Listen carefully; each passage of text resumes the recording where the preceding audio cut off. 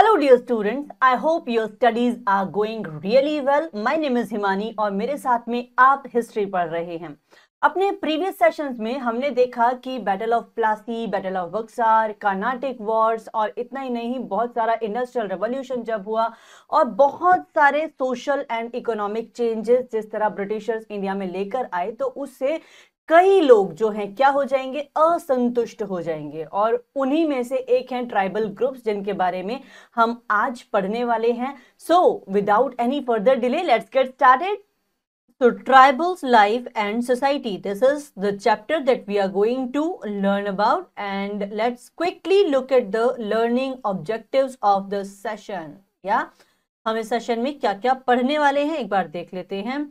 Tribals in India, yes हम जानेंगे कौन है ये ट्राइब्स और इंडिया के अंदर कौन कौन से ऐसे मतलब ट्राइबल रीजन्स हैं, कौन सी ट्राइब्स हैं जिन्होंने टाइम टाइम पे क्या किया है, विद्रोह किया है। ट्राइबल सोसाइटी एंड इकोनॉमी के बारे में जानेंगे, चेंजेस इन ट्राइबल लाइफ के बारे में जानेंगे, द ब्रिटिश एंड ट्राइबल्स के बारे में जानेंगे, रिवोल्ट्स इन छोटा नागपुर रीजन के बारे में, and then Santhal revolt and then some other tribal revolts के बारे में भी जानेंगे। और मेजरली हम इस सेशन में जानने की कोशिश करेंगे कि ये जो रिवोल्ट्स हो रहे हैं इनका मेन कारण क्या है। ठीक है, उससे पहले एक छोटा सा सेल्फ सर्वे है आपके लिए। जरा इन इमेजेस को बहुत ध्यान से देखिए और ऑब्जर्व कीजिए, क्या आप इनके बारे में कुछ जानते हैं, क्या आप इस स्टैचू के बारे में कुछ जानते हैं, क्या आप इन जो ये ट्राइबल ग्रुप जो आपको दिखाई दे रहा है इसके बारे में कुछ जानते हैं। यदि आप इसके बारे में जानते हैं दैट्स वेल एंड गुड, यदि आप नहीं जानते हैं तो कोशिश कीजिए इसको जानने समझने की, यहाँ से आपको बहुत बहुत इंफॉर्मेटिव डेटा जो है वो मिलने वाला है। ठीक है, now like comes the question for you, what was zamindari system? We have to find out the answer for this question in this session itself. In fact, before we start talking about anything, let's just talk about zamindari system. उसके बाद में we will know about the tribals in India. क्यों? क्योंकि हम आने वाले time में यानी कि अभी 5 से 10 या 15 मिनट के अंदर जो भी हम लाइक ट्राइबल रिवोल्ट्स के बारे में पढ़ेंगे उनका सीधा कनेक्शन होगा जमींदारी सिस्टम से।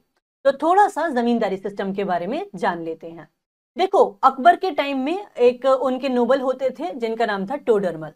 टोडरमल ने एक इंट्रोड्यूस की थी, क्या एक पॉलिसी कह लीजिए या फिर एक सिस्टम इंट्रोड्यूस किया था जिसके तहत जितने भी जितने एरिया पे अकबर का रूल है, जितने एरिया पे मुगल्स का उस समय पे शासन है, वहां पे जो किसानों के पास जमीनें हैं वो अपनी जमीन का, उस जमीन पे जो भी वो उपज हो रही है उसका 33% क्या करेंगे, उनके जो मिनिस्टर्स हैं, लेट्स से कोई रेवेन्यू मिनिस्टर है उसको देंगे अपनी इच्छा से। अब वो कैश के फॉर्म में भी दे सकते हैं और वो काइंड के फॉर्म में भी दे सकते हैं। ठीक है, अब हुआ क्या कि धीरे धीरे जब मुगल एम्पायर डिक्लाइन करने लगा तो अब ये व्यवस्था भी बिगड़ने लगी कि कौन मतलब मिनिस्टर्स ही वीक हैं, किंगडम ही वीक होता जा रहा है, एम्पायर वीक होता जा रहा है अपने आप में। तो ये जो रेवेन्यू कलेक्ट करे ये कौन करे?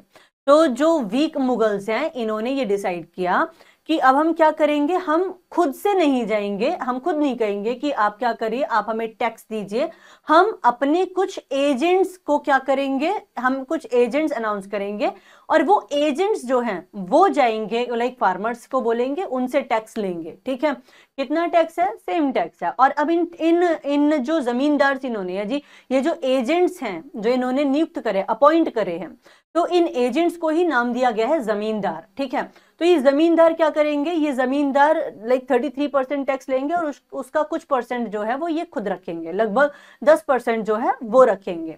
तो इनको ये गाइडलाइन दी गई है कि 33% आपको क्या करना है, टैक्स लेना है। आप कैश की फॉर्म में भी ले सकते हो, आप काइंड की फॉर्म में भी ले सकते हो। ठीक है, लेकिन उसका 10% आप रखिए, बाकी हमको दे दीजिए। ठीक है, अब ये सिस्टम चलता रहा। अब होता क्या है बेटा, एक ट्रीटी होती है, ट्रीटी ऑफ इलाहाबाद, ब्रिटिशर्स और किसके बीच में? हमने इसको अपने लास्ट 7th स्टैंडर्ड में भी आपने इसको पढ़ा होगा और यहाँ तो आप मेजरली पढ़ने वाले हैं। ट्रीटी ऑफ इलाहाबाद जो कि 1765 में रॉबर्ट क्लाइव और किसके बीच में होती है, शाह आलम सेकंड के बीच में होती है। ठीक है, इसके बारे में भी हम इस पढ़ चुके हैं ऑलरेडी। ठीक है, तो अब उस ट्रीटी ऑफ इलाहाबाद में क्या हो गया, जो दीवानी राइट्स हैं वो भी किसके पास आ गए, कंपनी के पास आ गए। दीवानी राइट्स का मतलब हुआ कि जो रेवेन्यू पॉलिसीज अभी तक मुगल्स के हाथ में थी वो किसके पास चली गई, वो ब्रिटिशर्स के पास चली गई। तो ये जो जमींदारी सिस्टम है इसको अब कौन कंटिन्यू रखेगा, ब्रिटिशर्स कंटिन्यू रखेंगे। लेकिन एक चीज और यहां पर होती है, फॉर एग्जाम्पल कोई जमींदार है मान लीजिए, अब वो जमींदार कह रहा है कि मैं कितना आपने उसको एक टारगेट दिया कि आपको हमें कितना, लेट्स से कि 500 केजी आपको अनाज या फिर टोटल मिला के जितना भी कैश एंड काइंड है वो आपको हमें देना है, और ये जमींदार उस टारगेट को पूरा नहीं कर पा रहे, तो ब्रिटिशर्स क्या करेंगे, ये उस जमींदार को हटा के किसी और को जमींदार अपॉइंट कर देंगे। और ये जमींदार कैसे अपॉइंट किया जाएगा, ये जमींदार वो होगा जो बोली लगाएगा, भाई ये जमींदार है, ये इस काम को नहीं कर पा रहा, तो अब क्या होगा कि आप में से कौन जमींदार बनना चाहता है, वो किसी ने हैंड रेज कर दिया, मान लीजिए कि मैं बनना चाहता हूं, तो भाई आप कितना अनाज हमको लाके दोगे। अब इस आदमी ने, let's take a hypothetical situation, इस आदमी ने कह दिया मैं आपको 2000 केजीज में क्या लाके दूंगा, अनाज लाके दूंगा, या फिर जो भी टैक्सेशन टोटल मिला के 2000 केजीज के आसपास बनता है मैं वो करके दूंगा।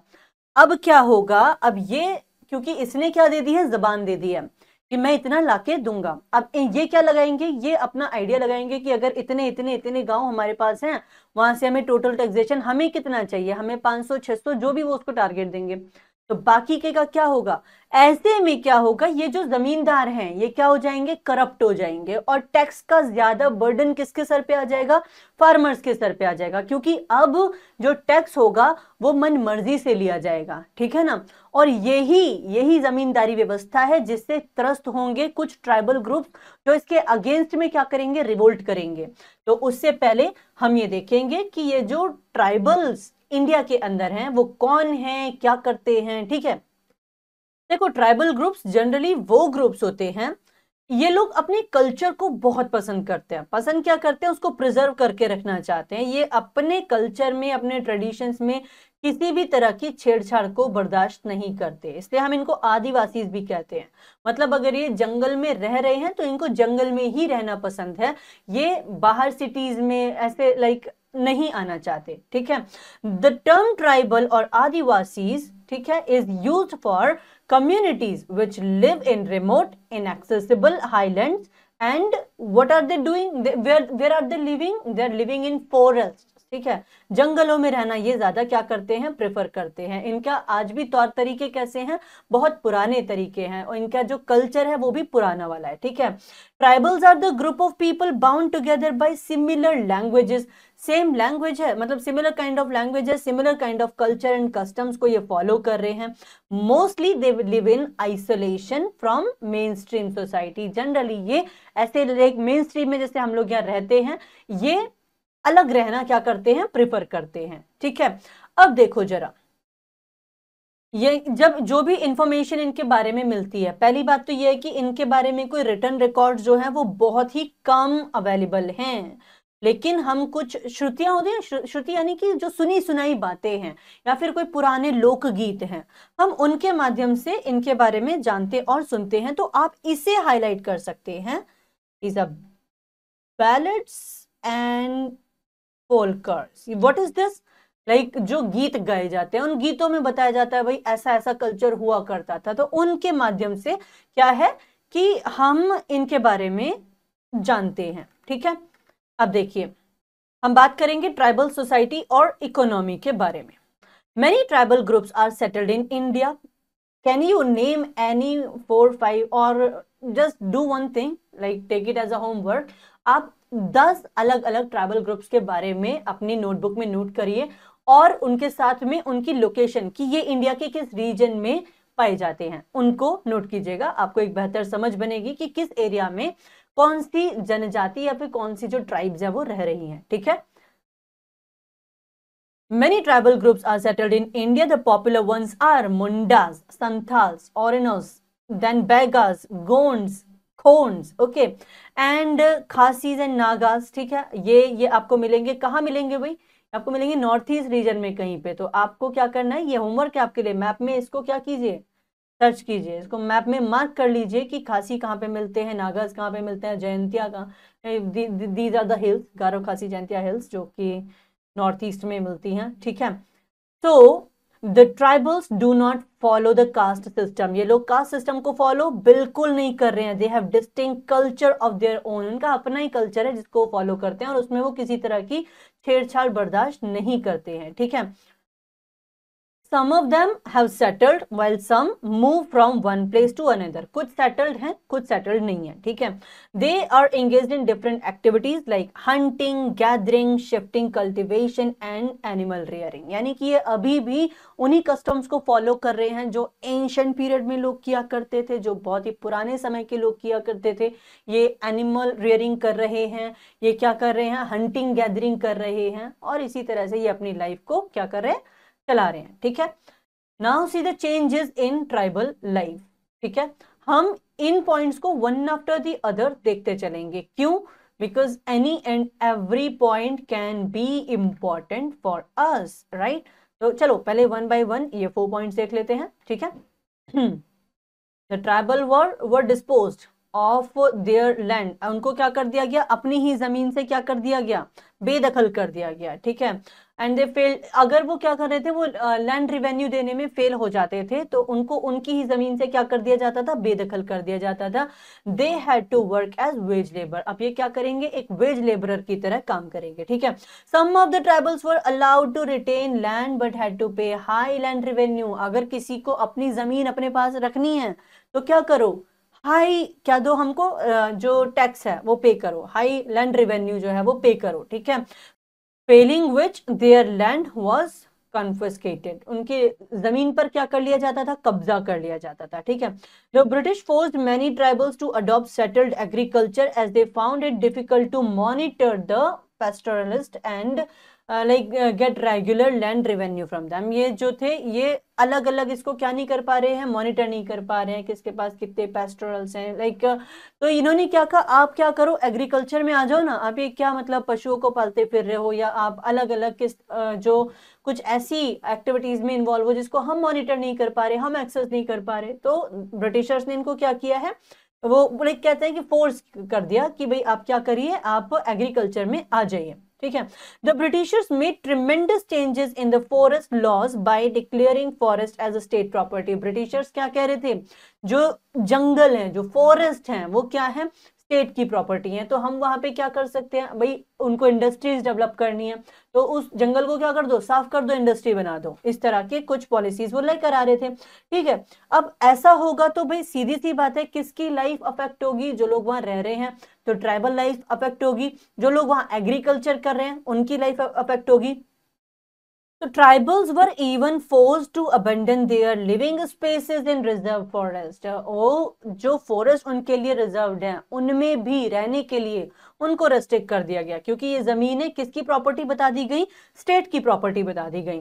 The money lenders and traders often cheated and exploited the tribals who were dependent on them for certain things और like for short term of loans, ठीक है ना। इनके साथ में क्या हो रहा है, मनी लैंडर्स इनकी जो जो जमीनें हैं उनको जब्त कर ले रहे हैं, इनके ऊपर एक्सप्लोटेशन हो रहा है, कई तरह की ऐसी चीजें हैं जो धीरे धीरे धीरे क्या करेंगी, कैओस क्रिएट कर देंगी, और जिसकी वजह से ये जो ट्राइबल्स हैं ये क्या हो जाएंगे, मजबूर हो जाएंगे क्या करने के लिए, रिवोल्ट करने के लिए। अभी थोड़ी देर में हम देखेंगे एक के बाद एक रिवोल्ट्स होते हैं, और जिनके बारे में आपको बहुत ज्यादा नहीं, बस इतना कि उस रिवोल्ट का जो लीडर है वो कौन है, उस रिवोल्ट का ईयर जो है वो क्या है, आपको इतना याद रखना है, और उसका रीजन क्या है, ज्यादातर के पीछे रीजन होगा जमींदारी सिस्टम, ठीक है।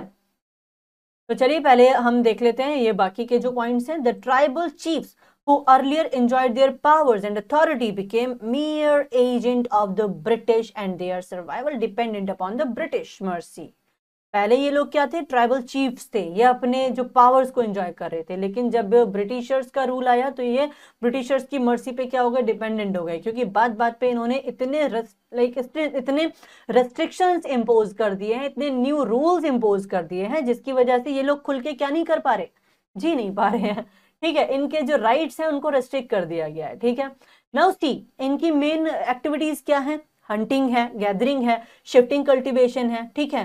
During the British rule European grew indigo, jute, tea, coffee, sugar canes and oil seeds, ठीक है ना। तो लार्ज नंबर में हम लोग ये उगा लाइक इस तरह का कल्टीवेशन कर रहे थे, ठीक है। देन तो होगा क्या, फॉरेस्ट लैंड एंड जो प्लांटेशंस है ये इन्होंने किया है फॉरेस्टेड लैंड्स में, ठीक है, किसने, ब्रिटिशर्स ने। The establishment of like plantations displaced the tribal population and also took away their source of livelihood. They were forced to work on plantation for merged wages or like for free. या तो आप क्या करोगे, अब जो भी मतलब थोड़ा बहुत वो आपको पे करेंगे उस काम के लिए, आप उनकी लैंड पर क्या करो, काम करो। उनके उनके जो अपने इंटरेस्ट थे, जो उनकी अपनी जरूरतें थी, वो उसको करने के लिए स्वतंत्र नहीं थे, राइट। क्योंकि ये लैंड, फॉरेस्ट लैंड को किसकी लैंड बता दिया गया है, लैंड ऑफ स्टेट बता दिया गया कि ये तो स्टेट की जमीन है, ठीक है। Now let's see, exploitation of labour became synonymous with the plantation industry, ठीक है। Farmers were often forced to borrow money from the money lenders. अब क्या होगा, फार्मर्स के ऊपर इतना ज्यादा बर्डन आ चुका है कि अब उनको क्या करना पड़ेगा, क्योंकि सैलरी तो उनको इतनी मिल नहीं रही है, उनको इतनी सैलरी भी नहीं, जितना वो मेहनत कर रहे हैं उसके कंपैरिजन में उनको ना के बराबर सैलरी मिल रही है। अब ये क्या करेंगे, ये जाएंगे मनी लेंडर्स के पास कि भाई हमको क्या कर दो, हमको थोड़ा उधार दे दो। मनी लेंडर बड़े मतलब दिमाग से चलने वाले लोग हैं। ये क्या करेंगे, ये इनको पैसे दे देंगे, किस पर, इंटरेस्ट पर। और इतना पैसा नहीं होता जितना इनका इंटरेस्ट जो है वो समय के साथ बढ़ता चला जाता है। कई बार फार्मर्स की उम्र निकल जाती थी लेकिन इंटरेस्ट खत्म नहीं होता था, और जो मेन अमाउंट है वो वैसा का वैसा ही खड़ा रहता था कि भाई ये तो अभी आपने पे किया ही नहीं है, ठीक है ना। तो this is something that these people like these tribals and the farmers they were facing. Now British and tribals, इसी वजह से क्या होगा, एक टसल चलेगा किसके बीच में, ब्रिटिशर्स और ट्राइबल्स के बीच में। अब देखो हम कुछ ट्राइबल्स लाइक देखते हैं कुछ रिवोल्ट्स के बारे में। यह है छोटा नागपुर का रिवोल्ट, ठीक है। छोटा नागपुर का रिवोल्ट ज्यादातर देखो रीजन क्या है, यही है जमींदारी सिस्टम। इनका जो टसल है किसके बीच में चलेगा, इनका टसल चलता है ब्रिटिशर्स एंड जमींदार्स के अगेंस्ट, ठीक है। और आपके लिए जो इंपॉर्टेंट चीज है वो इतनी है कि ये जो इसकी लोकेशन है वो कहाँ पे होगी, ठीक है। आप के लिए ये जानना जरूरी है कि ये जो छोटा नागपुर रीजन है इसका जो 1820 में रिवोल्ट होता है, फिर 1821 में रिवोल्ट होता है। जो 1820 वाला है उसको तो फिर भी क्या कर दिया जाता है, सप्रेस कर दिया जाता है, लेकिन 1821 में ये लोग क्या करते हैं, फिर से आते हैं।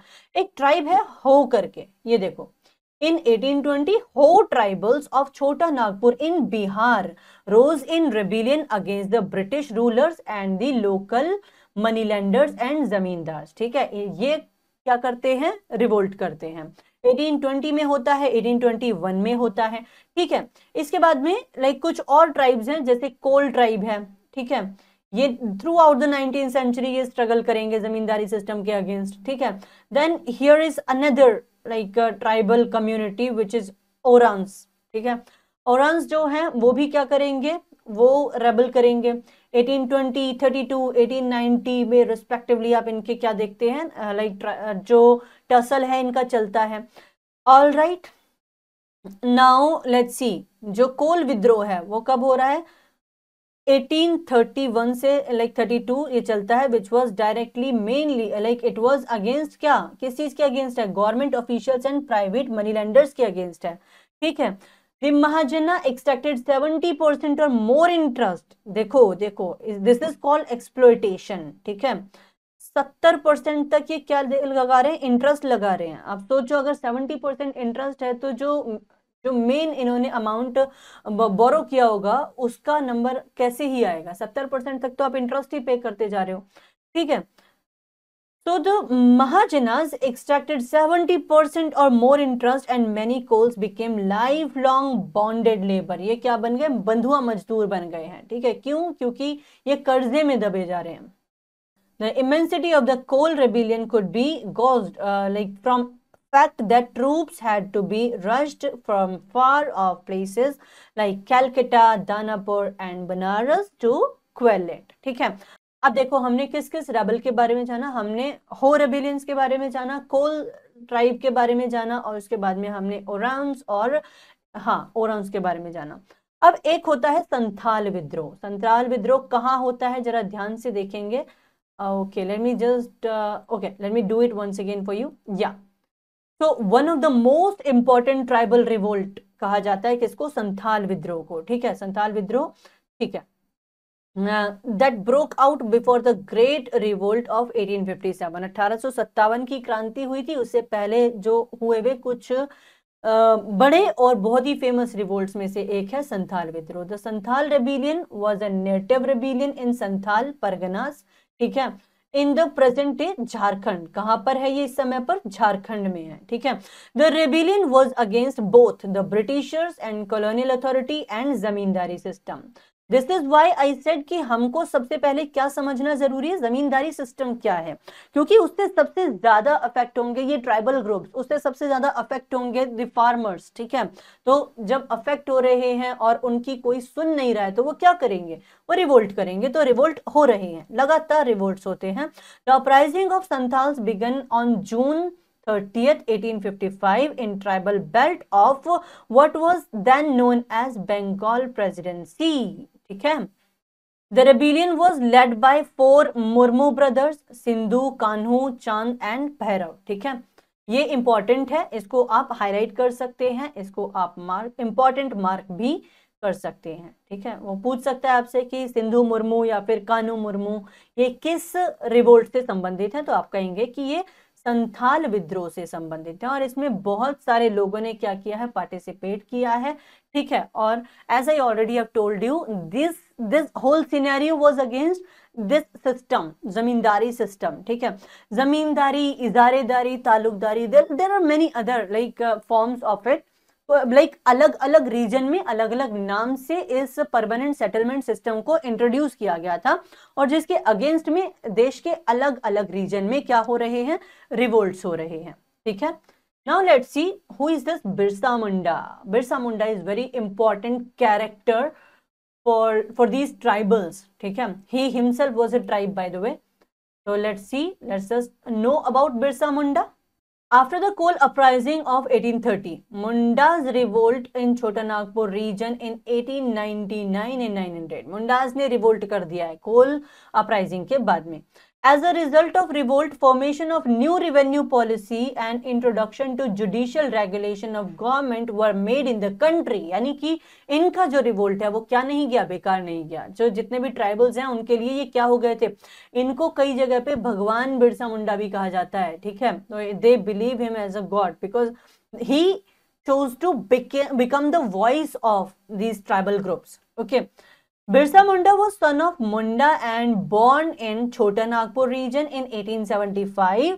ठीक है। The Mundas were and please try to find out कि 1875 में जो बाकी के हमारे जो सोशल रिफॉर्मर्स हैं या फिर जो हमारे फ्रीडम फाइटर्स होने वाले हैं आने वाले टाइम में, ये लोग कहाँ कहाँ पर हैं, ठीक है। It's really interesting to know history if you start learning it with great interest. Okay, so the Mundas were like aggrieved by encroachment by the merchants and money lenders who have come from northern plains, ठीक है। They captured the land over there and imposed like forced labor on Mundas. Mundas से क्या कराई जाती है? एक forced labor, ठीक है। The government did not provide any relief to them even after they sent a legal petition for the same. इन्होंने क्या की थी? लीगल पिटीशन सेंड करते हैं सरकार को, लेकिन सरकार क्या नहीं करती है? कोई जवाब नहीं देती है, ठीक है। In 1895 Birsa Munda decided elimination of all suffering of his community. हम क्या करेंगे? हम अत्याचार नहीं सहेंगे। ये कौन कह रहे हैं? बिरसा मुंडा कह रहे हैं और ये अगेंस्ट में जाएंगे सरकार के। अब सरकार के अगेंस्ट में जाएंगे तो सरकार लाइक प्राइस तो देगी नहीं, है ना। सरकार क्या करेगी? अरेस्ट कर लेगी। तो सरकार ने अरेस्ट कर लिया। He was arrested and sent to the jail for 2 years and in 1897 he was released. 1897 में उनको रिलीज कर दिया गया। Then Birsa started walking and touring as to meet and gather support of people. अब ये क्या करेंगे? लोगों से समर्थन मांगने के लिए जाएंगे, ठीक है। He used the traditional words as रावणा। रावणा यानी ये क्या करते थे? ये यूरोपियंस के लिए या फिर जो भी लोग बाहर से आकर हमारे ऊपर रूल कर रहे हैं या हमारे अधिकारों को हमसे छीन रहे हैं, उनके लिए एक वर्ड यूज करते थे, दीकूज। दीकूज एंड द यूरोपियंस, ठीक है। तो उसके लिए एक पर्टिकुलर टर्म है रावणा, ठीक है। तो requesting them to destroy them, वो कह रहे हैं कि इनको क्या कर दो, इनको आप हमें हमको ये लोग नहीं चाहिए, ठीक है, क्योंकि ये क्या कर रहे हैं, ये हमारे अधिकारों का हनन कर रहे हैं। He established a kingdom and became its leader, सीधी सी बात है, इसीलिए तो लोग इनको भगवान बोलते हैं। The follower of Birsa targeted the symbols of diku as started like they started attacking police stations, churches, and they raided the property of zamindars and moneylenders. They symbolize the white flag with Birsa Munda. Birsa Munda को like किससे symbolize किया गया है, मतलब जो इनके followers हैं वो व्हाइट फ्लैग लेकर चलेंगे। इन्होंने टारगेट किसको करा है, जमींदार्स को टारगेट करा है, मनी लैंडर्स को टारगेट करा है, चर्चेस को टारगेट कर रहे हैं और पुलिस स्टेशन को भी टारगेट कर रहे हैं, ठीक है। फाइनली होता यही है कि ब्रिटिशर्स इनको क्या कर देते हैं, इनके रेबेलियंस जो है उनको डिफीट कर देते हैं। And then Birsa died of cholera, ठीक है ना। एंड देन ऐसा कहा जाता है कि वो मतलब प्रिजन के अंदर ही क्या थे, he actually died, but he still is like remembered as a great leader for these tribal communities. Okay, तो अभी तक हम ये समझ पा रहे हैं कि सारे फसाद की जो जड़ है, सारे जो ट्राइबल रिवोल्ट्स हो रहे हैं, सबकी जड़ में कौन है, परमानेंट सेटलमेंट सिस्टम है, ये जो जमींदारी सिस्टम है वो है, ठीक है। तो ऐसे ही कुछ और भी क्या होते हैं, अपराइजिंग्स होती हैं, जिनको आपके लिए पढ़ना बेहद जरूरी है। आप इसको जरूर मार्क कर लीजिएगा और आपको यहाँ से जो भी इंपॉर्टेंट लाइक आप ये देख सकते हैं, अल्लूरी रामचंद्र राजू, ये नाम आपके लिए क्या होगा, बहुत ही महत्वपूर्ण होगा। क्यों होगा, अभी बताते हैं क्यों होगा, इसको आप अंडरलाइन करेंगे, ठीक है। बेटर नोन है सीताराम राजू।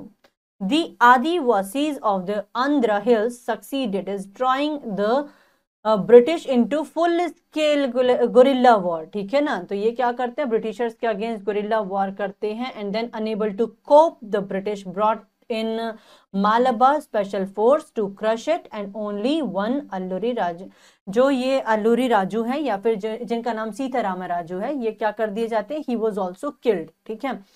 तो basically they tried to fight for their right and eventually they were not successful in this, like they did not succeed, right, but yeah that was the main reason. I hope कि यहाँ तक आपको ये clear होगा कि जमींदारी system क्या है, tribal communities कौन होती हैं, ट्राइब्स कौन होते हैं, और ये लोग क्या चाहते हैं कि हमारे जो पुराने कस्टम्स हैं उसको हम क्या करके रखें, उसको हम प्रिजर्व करके रखें। तो ये उसी तरह के लाइफस्टाइल को आज भी प्रेफर करते हैं। आज भी हमारे देश में बहुत सारी ट्राइबल कम्युनिटीज ऐसी हैं जो अभी भी उसी सेटअप में रहती है, लाइक उनको जंगल में या फॉरेस्ट में रहना पसंद है, वो अपने ओल्ड ट्रेडिशंस को फॉलो करते हैं, ठीक है।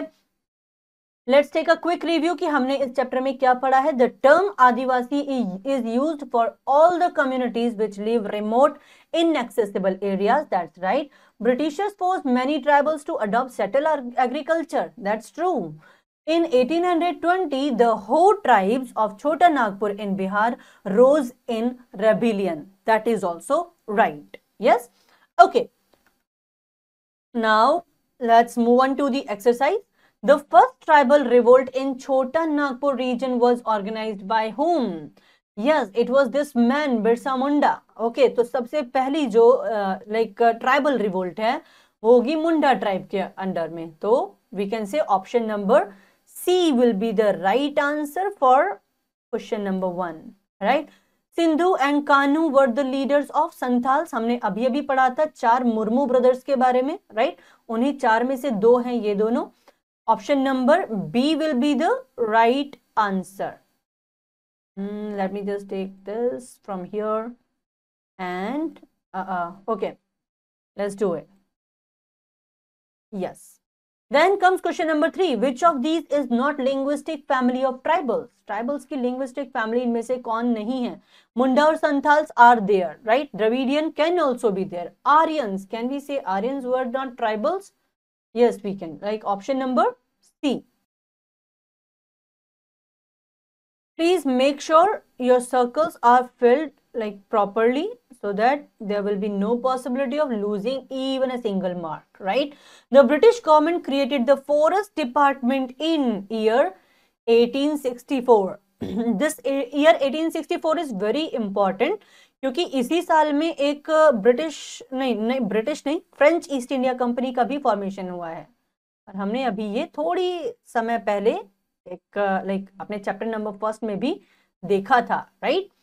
Okay, the Santhal Pargana is present day. ये जो संथाल परगना है कहां पर है? हमने अभी अभी तो देखा था, Santhal Pargana is in Jharkhand. That's right, perfect. Let me make the circle proper. Yeah. Okay. So here we are done with our first exercise. Okay, fill in the blanks. The landmark in the history of Indian forestry was building off. So what we can say, was it because of zamindari system? Yes. Okay, let's just mark it here, zamindari.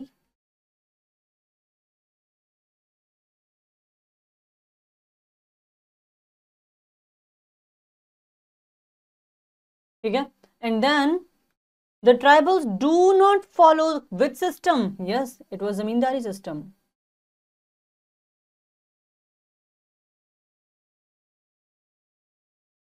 The Dash rebellion was against the British colonial authority and zamindari system. हम आप इसमें कोल विद्रोह कह सकते हैं, आप इसमें हो रेबिलियन कह सकते हैं, आप इसमें संथाल कह सकते हैं, आप इसमें मुंडा कह सकते हैं। तो next is the Santhal revolt result in, हमने पढ़ा था इसके बारे में। तो वी कैन वी से it was resulted in Jharkhand.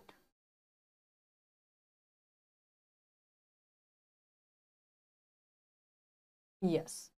Okay. Now let's come to true and false. Most of the tribals like lived in hilly and forest areas. Yes, that's true. The tribal people everywhere have lived in intimate relationship with forest. Not everywhere, but that is not a false statement as well.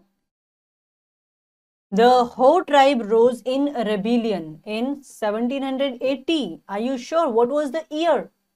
So that is a false answer. And you have to tell me which year was that. Birsa led Munda revolt. That's right. True. And then Khasi revolted in 1929. That's true. Okay. So that's all for today. I hope the concept is very much clear to you. And jate jate, I would just say that keep learning and keep revising because revision is the key. So I'll see you in the next session. Bye bye.